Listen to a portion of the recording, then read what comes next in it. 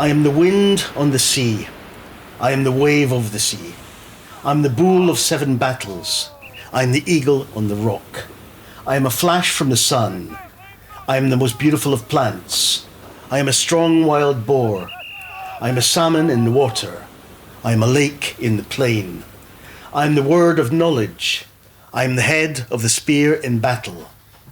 I am the God that puts fire in the head.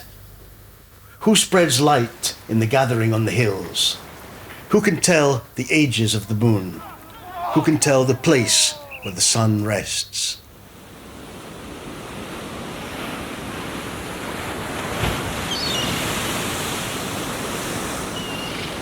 Galicia is an Atlantic country, and I think now we're discovering, historians are discovering that the sea routes between Galicia and other parts of Western Europe, particularly Brittany, Cornwall, Ireland, were extremely important in the past. There's something which we often forget. We look at the map and we see Galicia as being part of Spain, part of the Iberian Peninsula, being down low. But if we look at the map and we turn the map round, it's surprising to see how relatively close in sea miles, in terms of sea miles, Galicia is from the land of places like Brittany, of Cornwall, and of course the south and west coast of Ireland. But of course, in the 19th century, after the rise of Romanticism, we see that nations, or small nations, are attempting to create their own identity. Spanish national identity has always been considered, certainly from official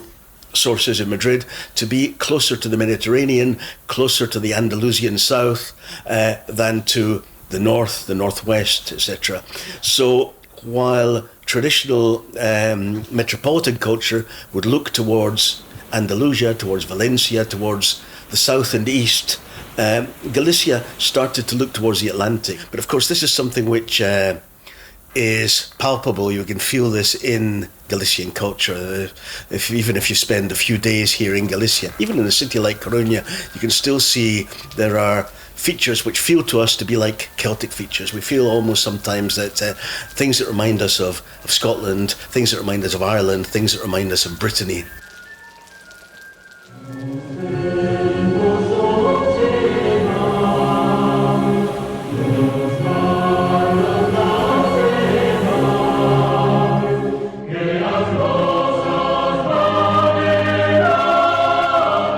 The national anthem talks about the sons and daughters of Breogán rising up and claiming nationhood again for Galicia.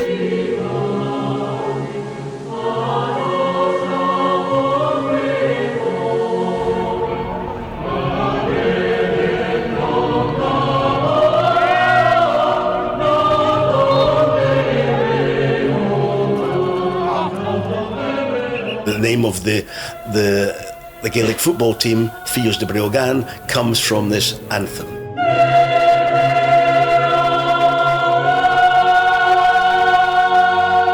If you want to play Gaelic football, you must know that it's a sport, the 15 players aside. You got a goal in the bottom lines of the pitch, like soccer, but this goal got posed above the bar. And you can score different ways. You can score a goal, like in soccer, it's 3 points, and you can score over the bar between the posts is 1 point. You can score over the bar with a hand or with a kick, and you can score a goal kicking the ball, like soccer, or you can score with any part of your body. You can travel with the ball, with the foot, and you can catch the ball in your hands and run with the ball, but you got a handicap. You only can make 4 steps, and then you must bounce the ball, or then you must make the solo. The solo is kicking your ball with your foot to your hands. There's also this mythical history, apart from the historical evidence. There's a lot of mythical evidence of contacts between Ireland and Galicia. The most obvious being, of course, the story of the Tower of Breogán. So behind me, you've got Torre de Hércules, which is a Roman lighthouse and is the oldest lighthouse still working in the world from Roman times. And there, we have the story of Breogán, which was an ancient Galician king. And Breogán built up this tower, and on a fair winter evening, from the top of the tower, he could spy over and he could see Ireland. So he saw the island of Ireland, and he decided to send his son Ith to conquer the island. And then, according to the myth, his son was killed over there, so he went and took revenge. And then, of course, his descendants would travel towards this green land, this Tir na Nog, if you like, or what was actually believed to be Ireland, and would be as the Milesians, the new settlers in Ireland, taking with them, of course, the first Irish poet who was from Galicia, who was Milesian, who, of course, was American. So this lighthouse we've got here, it is another linking element between Galicia and Ireland, you know, and that's why in our club we chose the name Fillos de Breogán, the sons of Breogán, you know, because it links both countries, both cultures, Galicia and Ireland, Irish and Galician language as well. So it's very important in our culture, this lighthouse, especially for local people. It's very important, this Roman lighthouse, and in the end, it is another element that brought Gaelic football to the city of A Coruña.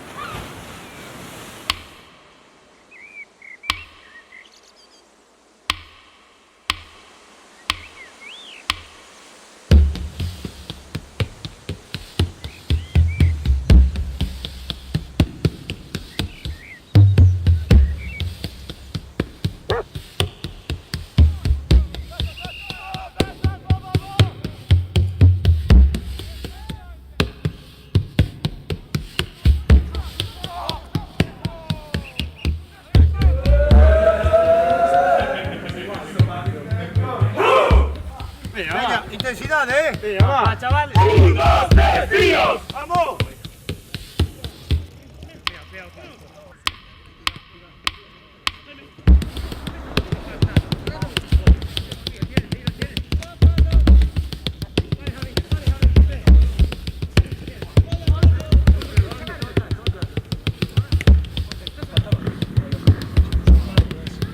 Muy bien, Alberto.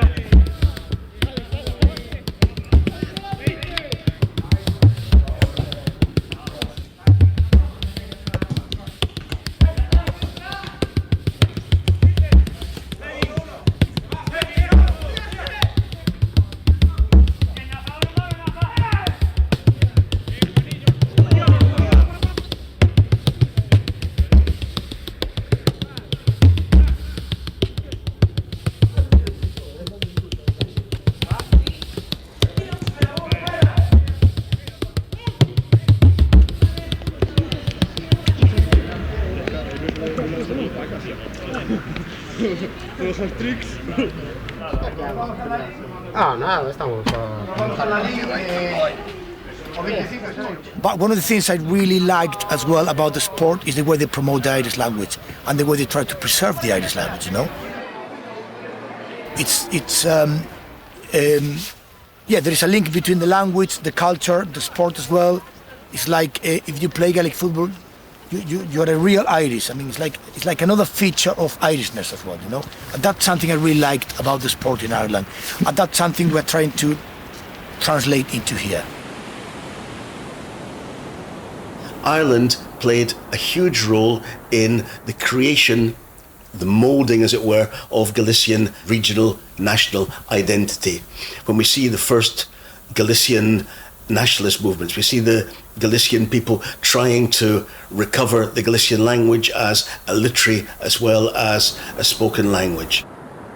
For Galician people, the defence of their language has always been important. Galicia is a language of the fields, it's the language of the sea, it's the language which Galicians speak when they speak to each other. So the defence of the language, rescuing of the language as a literary form, was something which was important to the early Galician regionalists and nationalists. And they saw in Ireland as something to be followed. The Irish literary revival, people like Yeats, Lady Gregory, were important for Galician writers, Galician intellectuals, because they saw an interest in the language of the people. And this was extremely important for Galicians because Galician regionalism and nationalism was largely based on the recovery and the use of the Galician language.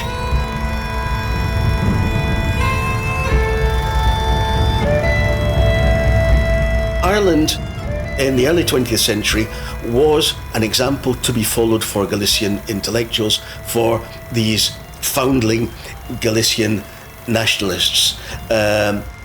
We see this even more so when the struggle for Irish independence starts to reach the Spanish press. Galicians sympathised with the Irish struggle for independence. They sympathised with the 1916 rising. Of course, for the Galician people, this was seen as being similar to the struggle that Galicians would face with Madrid. Madrid was for Galicia what London was for Ireland. So we see in this early part of the 20th century a growth of Galician cultural artefacts which are openly using an Irish model. Ireland is consistently praised within the Galician nationalist press.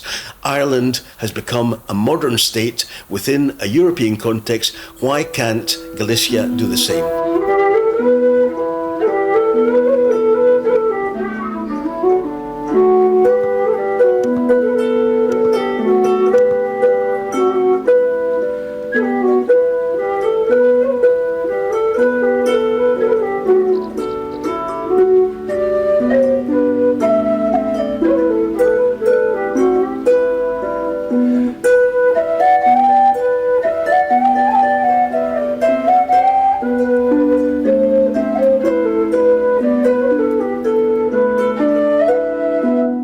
We work together, and we need each other.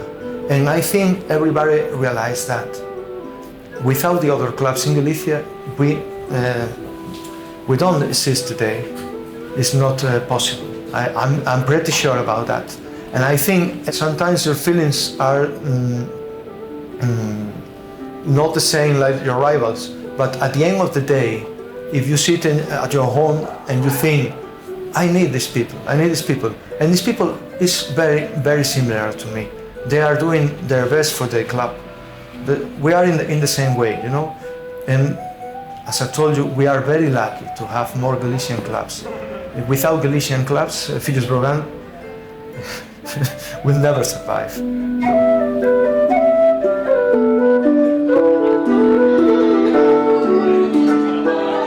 Tercer tiempo. Well, that's a really cool concept of Gaelic football.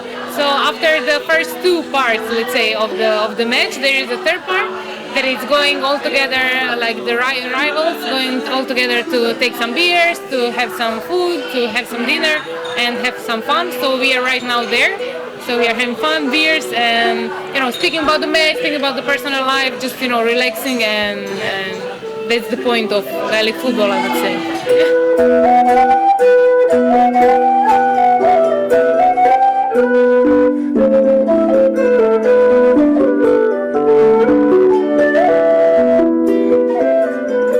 So there's this immense interest in Gaelic football and the interest in Irish music, the interest in Irish beer, the interest in Irish culture is still very, very patent here in Galicia.